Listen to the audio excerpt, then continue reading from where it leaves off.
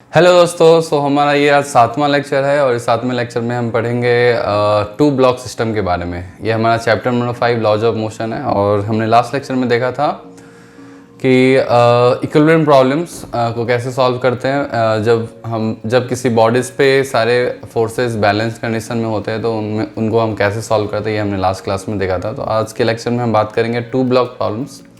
ये थोड़ा सा एडवांस लेवल का है लेकिन काफ़ी कॉमन है जेई मेंस और एडवांस में, स्पेशली एडवांस में। तो एक तरह से फ्रिक्शन से रिलेटेड ये प्रॉब्लम है। तो चलिए स्टार्ट करते हैं आज का टॉपिक। मैं लिख देता हूँ टू ब्लॉक प्रॉब्लम्स।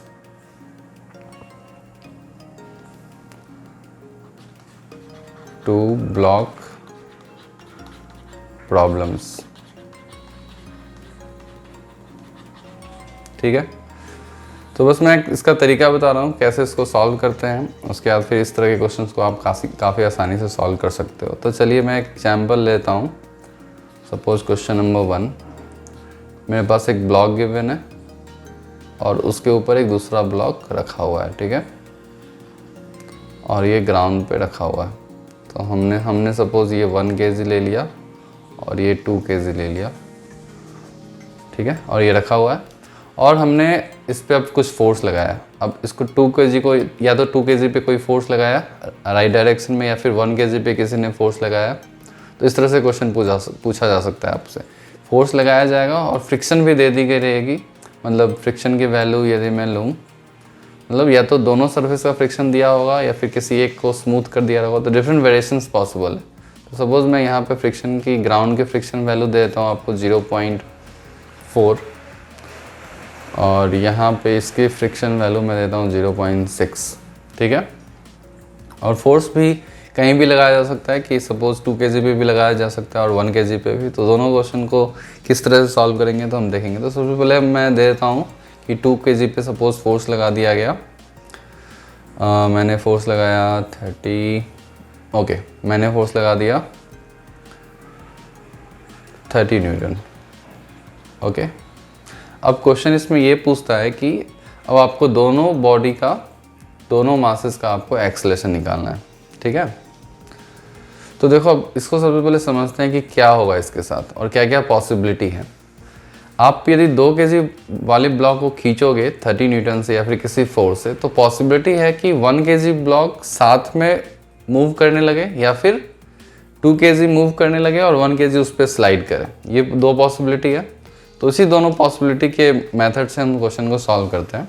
तो हम इस क्वेश्चन को सॉल्व करने के लिए हम 2 केसेस लेते हैं। केस 1 हम हमेशा लेते हैं कि हम एज्यूम करते हैं कि दोनों साथ मूव कर रहा है, ठीक है। Assuming both moving together, both are moving together, ठीक है। थोड़ा पैशन से आपको ये समझना है। और केस 2 हम लेते हैं। केस 2 हमारा जो है, हम एज्यूम कर लेते हैं कि both are moving separately, both are moving separately,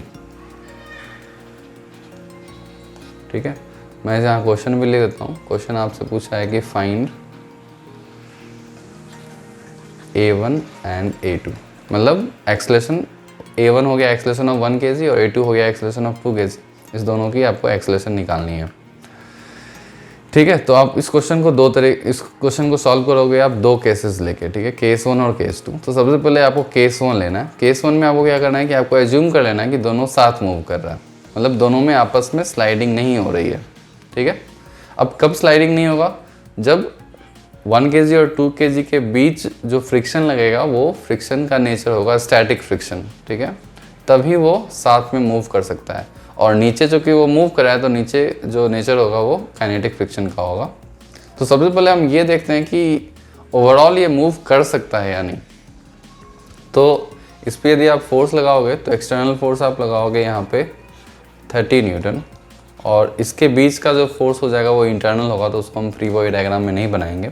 मैंने बताया था फ्री बॉडी डायग्राम के बारे में, सिर्फ एक्सटर्नल फोर्स रिप्रेजेंट करते हैं। और यहाँ पे जो फ्रिक्शन लगेगी, चलो मैं उसको मैक्सिमम लगा देता हूँ, देख लेता हूँ मेरे पास मैक्सिमम फोर्स कितना है फ्रिक्शन। तो म्यू टाइम्स नॉर्मल रिएक्शन, और म्यू हमारा 0.4 है और नॉर्मल हमारा हो जाएगा 1 + 2 30, 1 + 2 3, सो 30 हो जाएगा। और ये हमारा आ गया 12 न्यूटन। ठीक है, तो मतलब ये मूव करेगा। तो इसकी हम एक्सेलरेशन निकाल लेंगे। तो इसकी एक्सेलरेशन क्या हो जाएगी? एक्सेलरेशन हो जाएगी 30 - 12 डिवाइड बाई 3। तो 30 - 12 हो जाएगा 18/3, सो 6 मीटर पर सेकेंड स्क्वायर। मतलब हमने सिस्टम का ये एक्सेलरेशन निकाल लिया। हमने क्या निकाल लिया? सिस्टम का एक्सेलरेशन निकाल लिया। और हमारे एजम्पशन के अकॉर्डिंग क्या होगा? A1 = A2 जब सिस्टम का acceleration 6 metre per second square है और एजम्पशन बोलता है कि दोनों साथ मूव कर रहे हैं, तो हमारे अकॉर्डिंग, हमारे केस 1 एजम्पशन के अकॉर्डिंग आंसर आनी चाहिए 6 मीटर पर सेकेंड स्क्वायर। ठीक है, मगर यहाँ पे आपको एक चेक करना है, क्योंकि आपको केस 2 भी लेना पड़ सकता है। तो उसके लिए आपको ये चेक करना पड़ेगा कि हमारा ये answer 6 metre per second square सही है या नहीं। एक तरह से आपको ये चेक करना होगा कि रियली में ये दोनों साथ मूव कर रहे हैं। तो कैसे आप चेक करोगे रियली में ये दोनों साथ मूव कर रहे हैं? तो 1 kg और 2 kg के बीच जो फ्रिक्शनल अवेलेबल है, आप ध्यान से देखो तो 1 kg जो मूव करेगा वो सिर्फ और सिर्फ फ्रिक्शन की मदद से ही कर सकता है।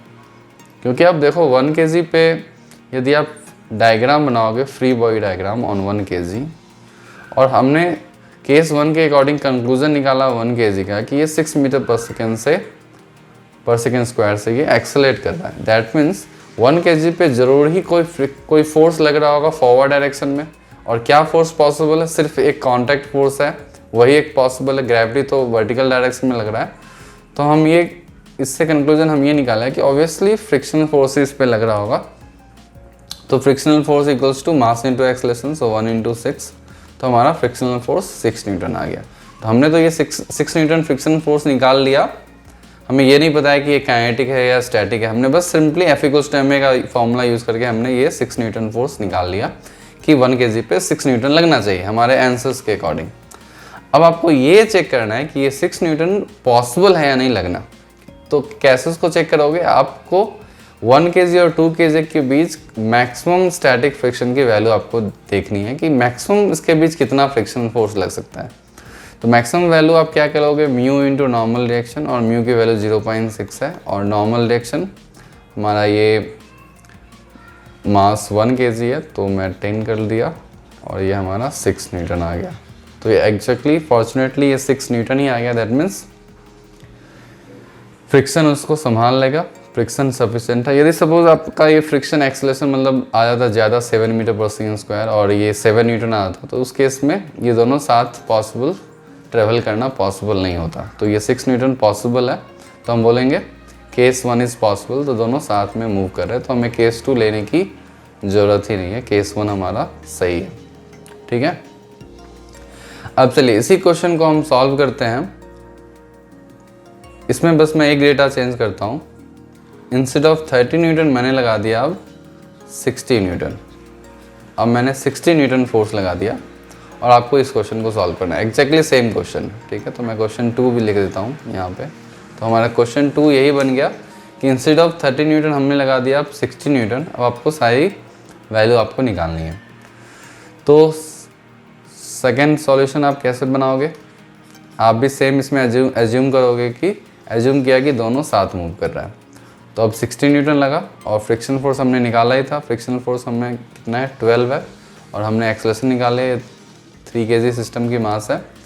तो 60 - 12/3, 60 - 12 हो जाएगा 48। सो 16 × 3 = 48। तो आपका एक्सेलरेशन आ गया 16 मीटर पर सेकेंड स्क्वायर। अब आप ध्यान से देखोगे, अब 1 kg की आप फ्री बॉडी डायग्राम बनाओगे तो 1 kg पे फ्रिक्शनल फोर्स आप बनाओगे आगे लग रहा है, और 1 kg की एक्सेलरेशन है 16 मीटर पर सेकेंड स्क्वायर। इसका मतलब ये हुआ कि फ्रिक्शनल फोर्स इस पे 1 × 16 मतलब 16 न्यूटन लग रहा है। अब आप देखो कि ये 16 न्यूटन पॉसिबल है कि नहीं। उसके पास तो फ्रिक्शन रहना चाहिए ना लगने के लिए। यदि उसके पास मैक्सिमम फ्रिक्शन ही 6 न्यूटन है, जो कि हमने निकाला था, स्टैटिक फ्रिक्शन की मैक्सिमम वैल्यू ही 6 न्यूटन है, मतलब उसके बीच फ्रिक्शन हमेशा 6 या 6 से कम ही लग सकता है। तो आपने निकाल दिया 60 न्यूटन। दैट मीन्स ये केस गलत है। तो यहाँ पे हम इस केस को डिस्कार्ड करते हैं। तो हमारा जो कंक्लूजन था कि दोनों के acceleration A1 = A2 = 16 metre per second square, ये हमारा कंक्लूजन रॉन्ग हो गया केस 1 के अकॉर्डिंग। ठीक है, तो हम यहाँ अब केस 2 की तरफ मूव करते हैं। तो इससे हमने कंक्लूजन ये निकाला कि केस 2 हमारा ट्रू होगा। दोनों अलग अलग मूव करेंगे, बोथ आर मूविंग सेपरेटली। ठीक है, इसमें आपको कंक्लूजन आया कि बोथ आर मूविंग सेपरेटली। तब जब दोनों अलग अलग मूव करेंगे तो दोनों का अलग अलग आप फ्री बॉडी डायग्राम बना लोगे। तो मैंने 1 kg का बना लिया और 2 kg का मैंने बना लिया, या फिर मैं ऊपर नीचे ही बना देता हूँ। तो मैंने यहाँ 2 kg बना लिया। अब यहाँ भी लोग मिस्टेक करते हैं। अब यहाँ पे जो डायग्राम बनाओगे तो ऑब्वियसली 1 kg आगे ही मूव करेगा और उस पर मैक्सिमम फ्रिक्शन फोर्स लगेगी जो कि 6 न्यूटन लगेगी, और इसमें हमने 60 न्यूटन लगाया है और इसके नीचे जो मैक्सिमम फ्रिक्शन फोर्स था 12 न्यूटन वो लगेगा। अब देखो यहाँ पे 6 न्यूटन का ये एक्शन है तो उसका रिएक्शन इसके पीछे की तरफ लगेगा और वो 6 न्यूटन लगेगा। दोनों पे equal and opposite force, action reaction pair. तो यहाँ पे 6 न्यूटन 2 kg की तरफ ऊपर में लेफ्ट डायरेक्शन में लगेगा। और फिर हम इस दोनों का एक्सेलरेशन हम यहाँ से कैलकुलेट कर सकते हैं। तो A1 की वैल्यू हो जाएगी 6/1, सो 6 मीटर पर सेकेंड स्क्वायर, और A2 की वैल्यू हो जाएगी 60 माइनस 12 माइनस 6/2। तो 60 माइनस 18 से आप घटाओगे तो 42 आएगा, और 42/2 is 21 metre per second square. अब देख सकते हो कि दोनों की एक्सेलरेशन डिफरेंट है और दोनों अलग अलग स्लाइड करके मूव कर रहे हैं। ये काफ़ी प्रैक्टिकल है। यदि मैं आपको एक एग्जाम्पल से बताऊं, सपोज़ हाँ, आपको यदि दिख रहा होगा ये मेरे पास कार्ड है और ये है।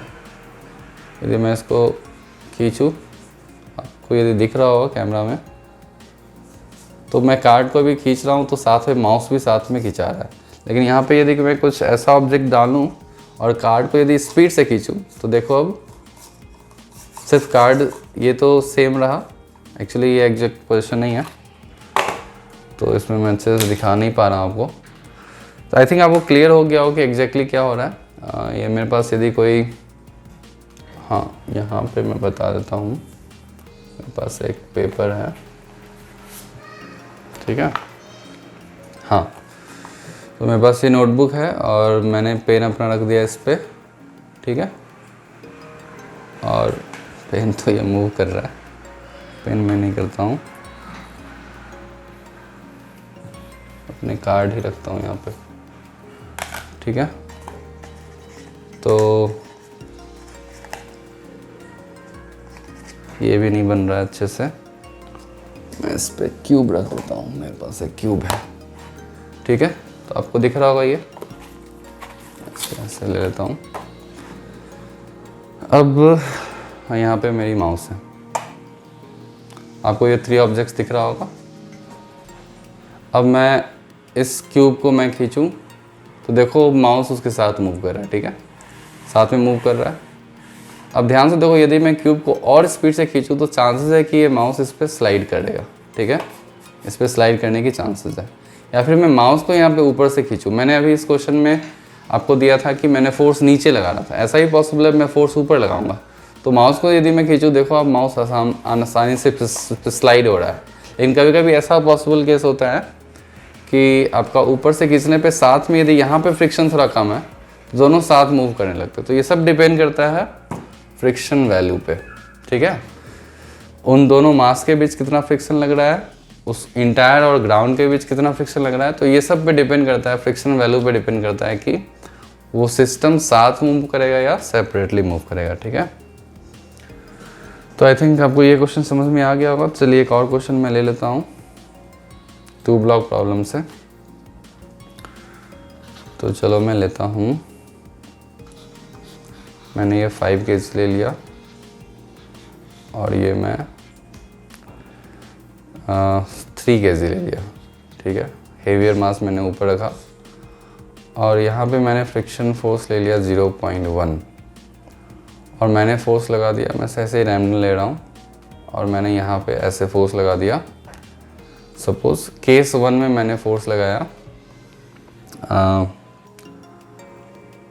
80, मैंने लगा दिया 50 न्यूटन, और केस 2 में मैंने लगा दिया 60 न्यूटन, ठीक है, ठीक है। अब इन दोनों केसेस में आपको एक तरह से निकालना है। केस 1 में आपको निकालना है फाइंड एक्सेलरेशन ऑफ बोथ मास, और केस 2 में भी आपको निकालना है फाइंड एक्सेलरेशन ऑफ बोथ मास। ठीक है, कुछ और डेटा आपको दी हुई है, ये फ्रिक्शन वैल्यू 0.6 मैंने दे दिया। तो चलो अब इसको सॉल्व करो।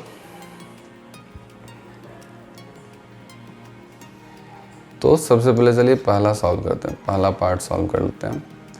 तो आपको क्या करना है, आपको इसमें दो केस एज्यूम करना है कि सपोज साथ मूव कर रहा है, सपोज अलग अलग मूव कर रहा है। तो पहले आप एज्यूम करोगे कि दोनों साथ में मूव कर रहा है। तो दोनों साथ में मूव करेंगे तो एक्सेलरेशन क्या हो जाएगा 15, और नीचे जो फोर्स लगेगा, नीचे क्या फोर्स लगेगा 8 न्यूटन। सो 15 - 8 डिवाइड बाई 8, सो आपका आ गया 7, 8, 15, सो 7/8 मीटर पर सेकेंड स्क्वायर आ गया। ठीक है, तो ये इसका सिस्टम का आपके पास एक्सेलरेशन आ गया। चाहो तो आप ये बोल सकते हो कि ये आंसर हो गया, लेकिन आपको इसको चेक करना पड़ेगा कि ये पॉसिबल है या नहीं। अब आप ध्यान से देखो, नीचे वाला जो ऑब्जेक्ट मूव कर रहा होगा, नीचे वाला ऑब्जेक्ट मूव कर रहा होगा, वो किसकी मदद से मूव कर रहा है, वो फ्रिक्शन की मदद से ही मूव कर रहा होगा। दैट मीन्स 3 kg वाले पे हम फ्री बॉडी डायग्राम बनाएंगे। तो 3 kg मूव कर सकता है, फॉरवर्ड में उसकी फ्रिक्शन लग रही होगी, तो फ्रिक्शन निकालते हैं और फ्रिक्शन हो जाएगा मास इंटू एक्सेलरेशन, सो 3 × 7/8। तो हमारे पास फ्रिक्शन आ गया कितना 21/8 न्यूटन। तो लगभग ये अराउंड 2 और 3 के बीच में है। और मैक्सिमम फ्रिक्शन की वैल्यू आप निकालोगे तो Fx मैक्स की वैल्यू इन दोनों सरफेसेस के बीच निकालोगे तो 50 × 0.6, जो कि लगभग 5, 6 या 30, सो 30 न्यूटन है। मतलब फ्रिक्शन काफ़ी सफिशेंट है, और फ्रिक्शन इस पे लग रहा है 21/8 ओनली। तो ये केस काफ़ी पॉसिबल है। तो हम केस 1 में आंसर लिखेंगे A1 = A2 = 7/8। तो ये हमारा केस 1 का आंसर आ गया। ठीक है, चलिए मैं यहाँ पे 60 न्यूटन दे देता हूँ। सेकेंड केस आई थिंक मे भी सेम हो जाए। तो सेकेंड केस में मैं दे देता हूँ इंस्टेड ऑफ 60 मैं देता हूँ 200। ठीक है, 200 न्यूटन मैंने दे दिया। तो सेकेंड केस अब सॉल्व करते हैं। तो सेकेंड केस में आप क्या करोगे, दोनों पे मैंने लगा दिया 200 न्यूटन, और फ्रिक्शन यहाँ पे कितनी लगी हुई है, फ्रिक्शन हमारा है, हमने 8 न्यूटन लगाया था। ठीक है, 8। तो एक्सेलरेशन क्या आ गया हमारा, हमने मिस्टेक तो नहीं किया, हाँ नहीं किया है। तो 200 - 8 divide by mass, mass is 8 only. ठीक है, 538। तो 192/8 आ गया। 192/8 क्या हो जाएगा, मैं कैलकुलेट कर लेता हूँ। 192 डिवाइड बाई 8, 24। ठीक है, तो ये 24 मीटर पर सेकेंड स्क्वायर हमारा एक्सेलरेशन आ गया, सिस्टम का एक्सेलरेशन। अब देखते हैं कि जो हमारा नीचे वाला मास है 5 kg, उसकी इतनी एक्सेलरेशन हो सकती है, मतलब उतना फ्रिक्शन है या नहीं। और इसका 24 है, तो आप देखोगे इसका 24 इंटू आप 5 करोगे तो कितना आ जाएगा, ये आ जाएगा 120 न्यूटन। मतलब इसके पास 120 न्यूटन फ्रिक्शन यदि होगा तभी ये मूव कर सकता है इस तरीके से, साथ में तभी दोनों लोग मूव कर सकते हैं। लेकिन आपने निकाला था Fx मैक्स की वैल्यू नीचे वाले के लिए, दोनों के बीच Fx मैक्स की वैल्यू कितनी आई थी 30 न्यूटन। मतलब इसके पास उतना सफिशिएंट नहीं है, तो हमारा केस 1 जो है वो इनकरेक्ट हो जाएगा। ऐसे आपको समझ में आ गया हो। यदि आपको कोई डाउट है तो आप ज़रूर कमेंट सेक्शन में आप लिखो इसको, मैं ट्राई करूँगा उस डाउट को क्लियर करने का। ठीक है, तो तब हम केस 2 सेलेक्ट करेंगे। तो अब केस 2 पॉसिबल है, इसका मतलब हुआ कि दोनों अब सेपरेटली मूव करें, बोथ आर मूविंग सेपरेटली। ठीक है, अब दोनों सेपरेटली मूव करेंगे तो दोनों का आपको अलग अलग फ्री बॉडी डायग्राम बनाना पड़ेगा। तो मैंने ऊपर में कितना है 3 kg है और नीचे 5 kg है, और मैंने फोर्स किस पे लगाया है, मैंने आई थिंक 3 kg वाले पे फोर्स दिया है 120 न्यूटन, और 200 मैंने दिया था 200 न्यूटन। तो ये 200 न्यूटन है, और इस पर फ्रिक्शन काइनेटिक लगेगा, इस पर भी फ्रिक्शन काइनेटिक लगेगा Fk, और Fk स्लाइडिंग फ्रिक्शन जिसको बोलते हैं, और इस पर कितना लगेगा।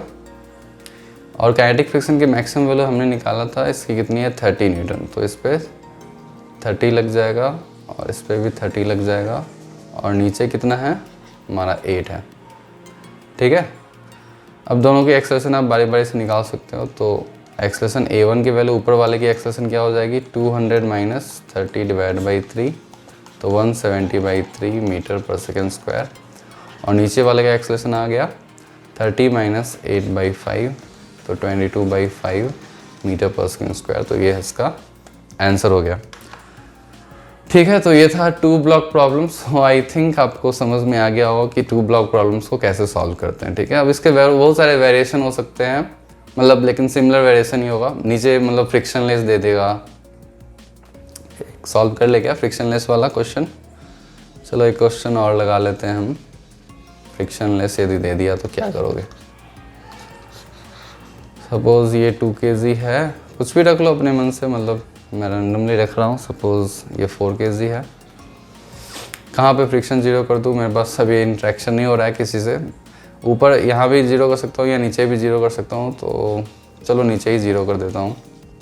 और मैंने कहाँ पे फोर्स लगा, इसमें डिपेंड कर सकता है कहाँ पे आप फोर्स लगा रहे हो। सपोज़ आप नीचे फोर्स लगा रहे हो 20 न्यूटन, तो चलो इसको सॉल्व करते हैं। आपको दोनों की एक्सेलरेशन निकालनी है और इसमें मैंने फ्रिक्शन दे दिया μ = 0.3। ठीक है, अब क्या करोगे इसको सॉल्व करने के लिए, आप एज्यूम कर लो दोनों साथ में मूव कर रहा है, तो एक्सेलरेशन क्या हो जाएगा 20 divide by 6, so 10/3 metre per second square.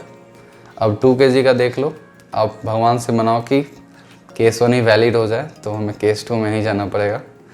तो 2 kg पे जो फ्रिक्शन लगेगा वो आगे की तरफ लगेगा, और F = मास इंटू एक्सेलरेशन, सो 2 इंटू एक्सेलरेशन कितनी है हमने 10/3 निकाली है, तो 20/3 न्यूटन। अब हमें ये चेक करना है कि फ्रिक्शन 20/3 से कम होना चाहिए या उसके बराबर होना चाहिए। तो Fx मैक्स की वैल्यू हम कैलकुलेट करेंगे। तो फ्रिक्शन की मैक्सिमम वैल्यू है 0.3 इंटू 20, और ये हमारा आ गया 6 न्यूटन। और हमने ये जो निकाला था ये कितना है 36 है, आई थिंक ये 6.33 है, आई थिंक 6.66 है, 6.67।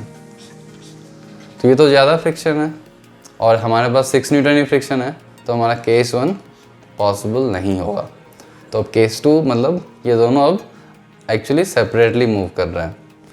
तो केस 2 में हम डायग्राम बनाएंगे, तो हमारा केस 2 इज़ ट्रू। केस 2 मतलब दोनों अब अलग अलग मूव कर रहे हैं। ठीक है, तो अलग अलग मूव कर रहे हैं, तो आप 2 kg और 4 kg का अलग अलग डायग्राम बनाओगे। तो 2 kg एंड 4 kg, और इस पे फोर्स हम लगा देंगे। तो 4 kg पे 20 न्यूटन लग रहा है, और फ्रिक्शन तो है नहीं, और मैक्सिमम फ्रिक्शन की वैल्यू लगी जो कि 6 न्यूटन है, तो इस पे 6 लगेगा और इस पे 6 पीछे लगेगा।